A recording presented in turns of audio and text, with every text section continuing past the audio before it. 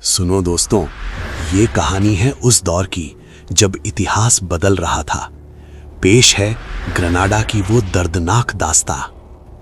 Isabella एक पक्की Catholic थी और उसने अपनी जिंदगी का बस एक ही मकसद बना लिया था, आइबेरियन पेनिनसुला से इस्लाम को बिल्कुल खत्म करना। वो सीधा पोप के साथ मिलकर काम कर रही थी। असल में उससे पहले जितने भी पोप्स आए, उनका लाइफ मिशन ही यही था कि स्पेन से इस्लाम का नामो निशान मिटा दिया जाए। फिर उसने इस मकसद को पूरा करने के लिए फर्डिनेंड से शादी की। 1480s में उन्होंने किंगडम ऑफ ग्रेनाडा पर हमले शुरू कर दिए। ये जंग पूरे 10 साल चली और 1491 में उन्होंने ग्रेनाडा शहर को घेर लिया। पूरे 1 साल तक घेराबंदी सीज चलती रही।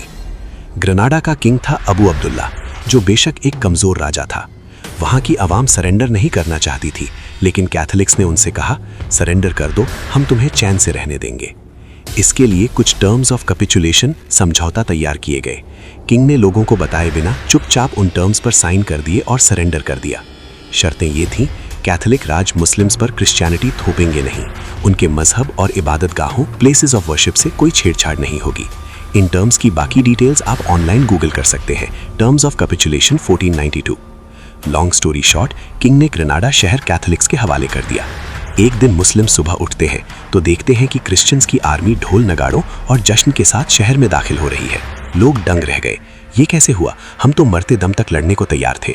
और सच तो यह है दोस्तों, उनके लिए लड़ते लड़ते जान देना बेहतर होता बजाय इन लोगों के आगे झुकने के। किंग अबू अब्दुल्ला अपना खजाना और सामान लेकर मोरक्को निकल गया और पीछे छोड़ गया उन लाखों मुसलमानों को, करीब 10 लाख लोग।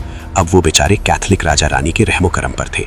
तो इज़ाबेला और फर्डिनेंड ने क्या किया? सीधी बात यह है, उन्होंने सारे वादे, कैपिचुलेशन टर्म्स कैंसिल कर दिए। अब वो मुस्लिम्स को जबरदस्ती कैथोलिक बनाना चाहते थे। उन्होंने 2 ही रास्ते दिए, या तो मौत चुनो या बैप्टिज्म, क्रिश्चियन बनो।